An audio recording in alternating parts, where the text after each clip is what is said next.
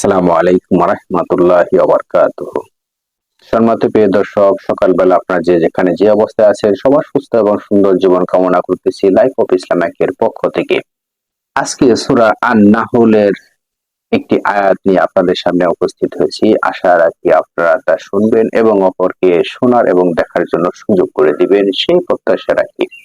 ফেরেশতারা যাদের মৃত্যু ঘটায় উত্তম অবস্থায় তারা বলেন, তোমাদের উপর সালাম, জান্নাতে প্রবেশ করো, যে আমল তোমরা করতে তার কারণে।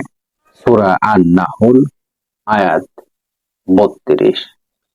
ভালো আমল অবশ্যই উত্তম মৃত্যুর জন্য সফলদায়ক। আসুন আমরা উত্তম আমল করি, সেই প্রত্যাশা রেখে লাইফ অফ ইসলাম এর পক্ষ থেকে সবার সুস্থ এবং সুন্দর জীবন কামনা করে আগামী পর্ব দেখার আমন্ত্রণ জানিয়ে আজকের মতো বিদায় নিচ্ছি। সবাই ভালো থাকবেন, সুস্থ থাকবেন, সুন্দর থাকবেন। আসসালামু আলাইকুম রাহমাতুল্লাহি ওয়া বারাকাতুহু।